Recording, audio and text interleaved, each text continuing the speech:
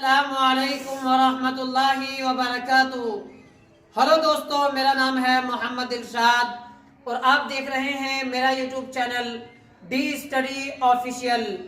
आज की इस वीडियो में आप लोगों को 19वां चैप्टर दरख्शां के बारे में बताने वाला हूं और कुछ बातें समझाने वाला हूं।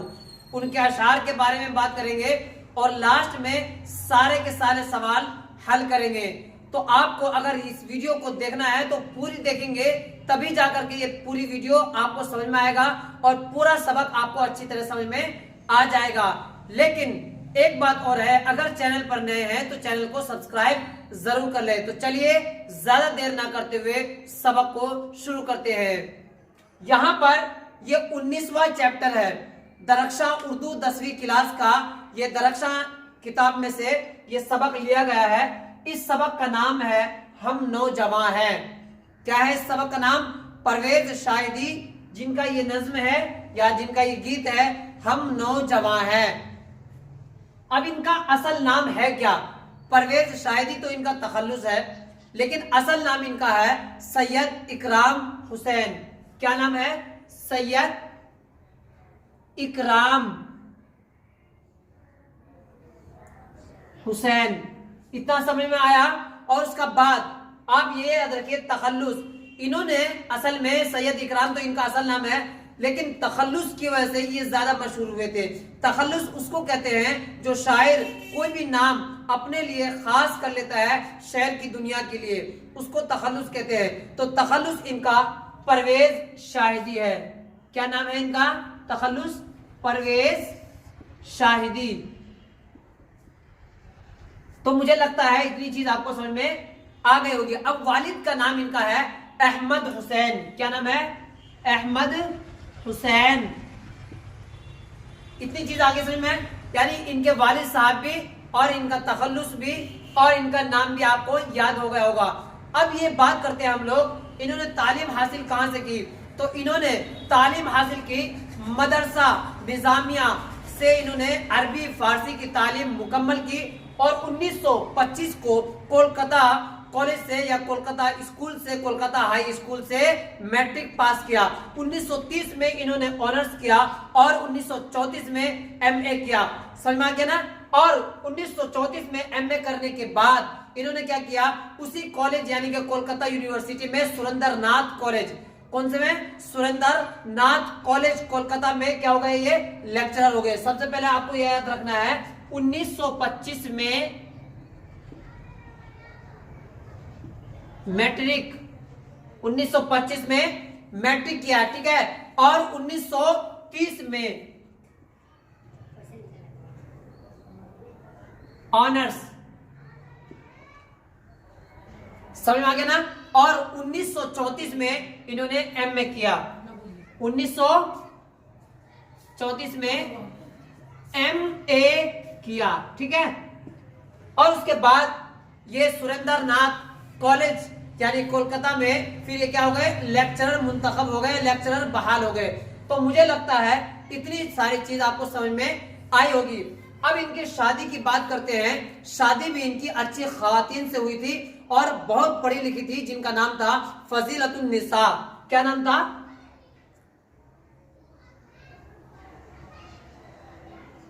फजीलतुन निसा।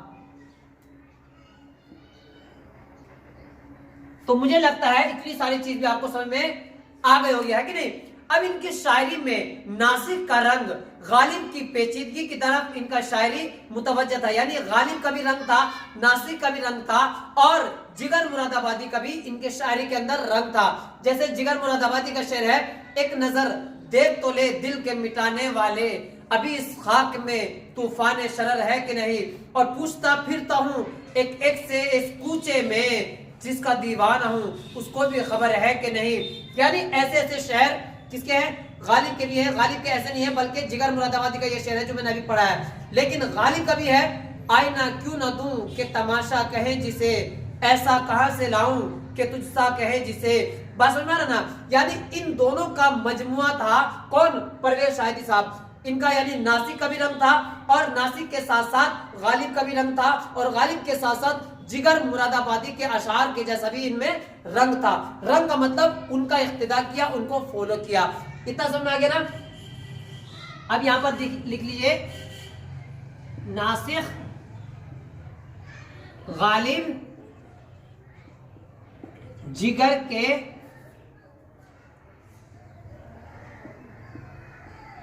अशार, जिगर के अशार के कायल थे। ठीक है, यानी इनको बहुत अच्छी तरह से वो मानते थे।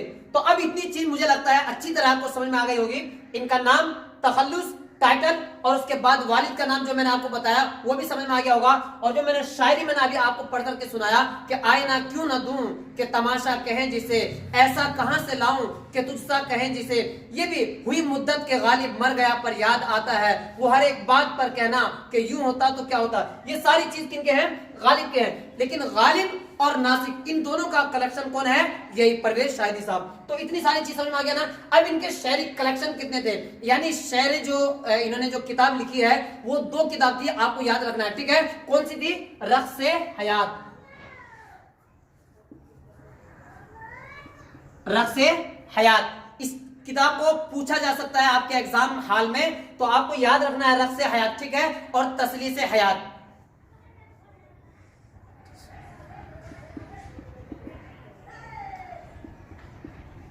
समझ में आ गया ना।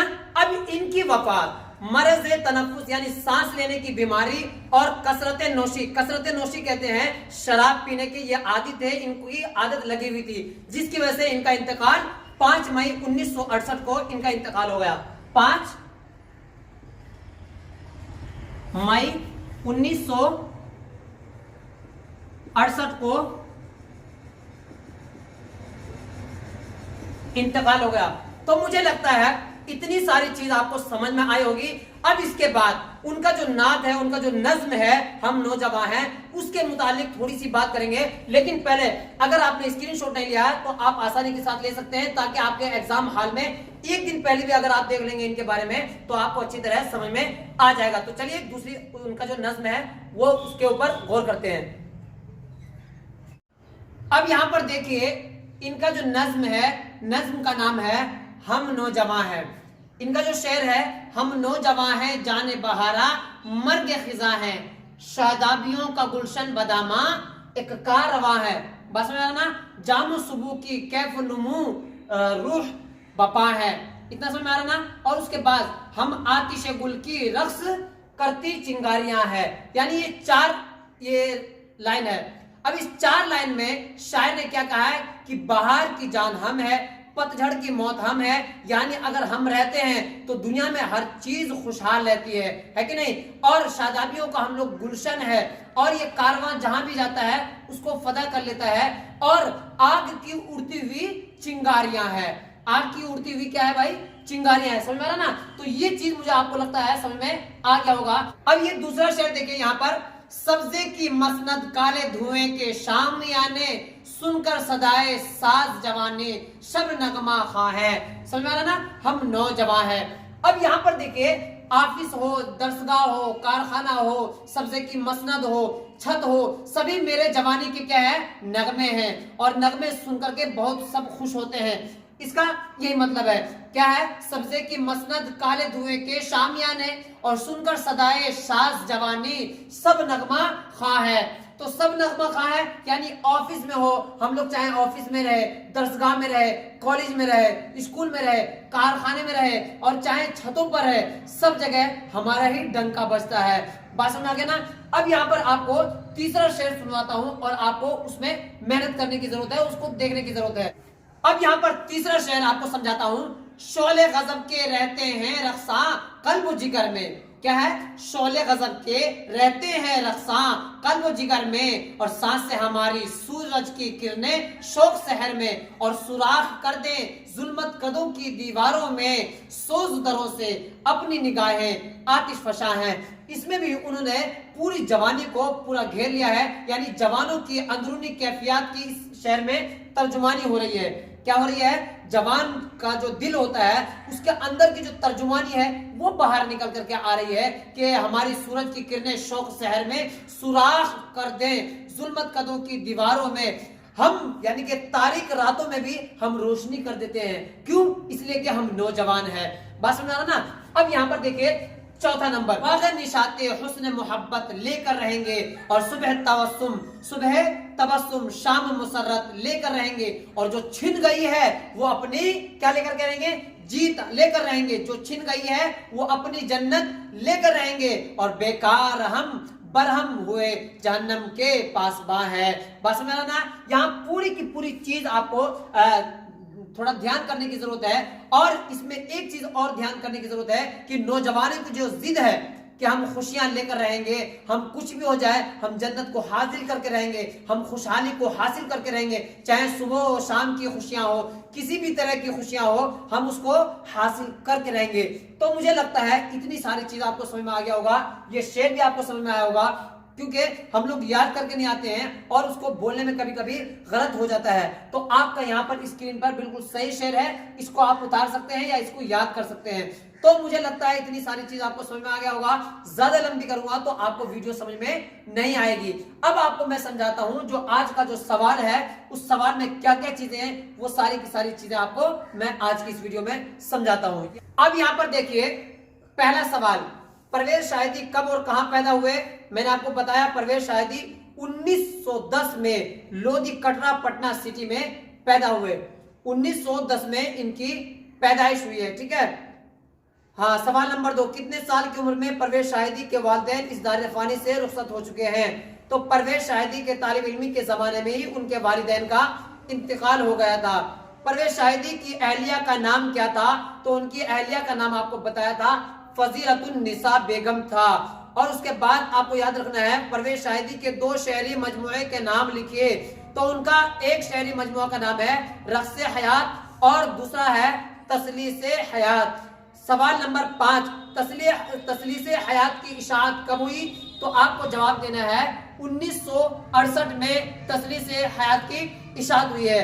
अब सवाल नंबर 1, परवेज शाहिदी की तसनीफात पर रोशनी डालिए।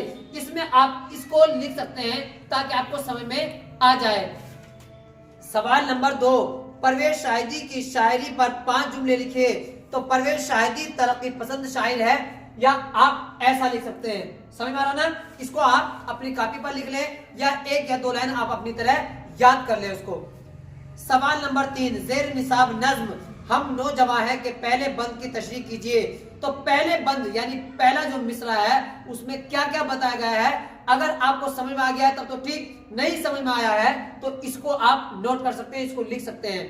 चलिए सवाल नंबर 4, जदीद नज्म के बारे में मुख्तसरन लिखिए। यानी जो नई नज्म है उसके बारे में आपको थोड़ा सा लिखना है कि नज्म कहां से शुरुआत हुई है। सैयद अहमद हाली और शिवली के दौर से शुरू हुई है, उसके बाद इस्माइल मेरठी, हाली, अब्दुल हलीम शरर, इन सब लोगों ने उर्दू में या उर्दू नज्म में और ज्यादा कदम पंजा आजमाई किया।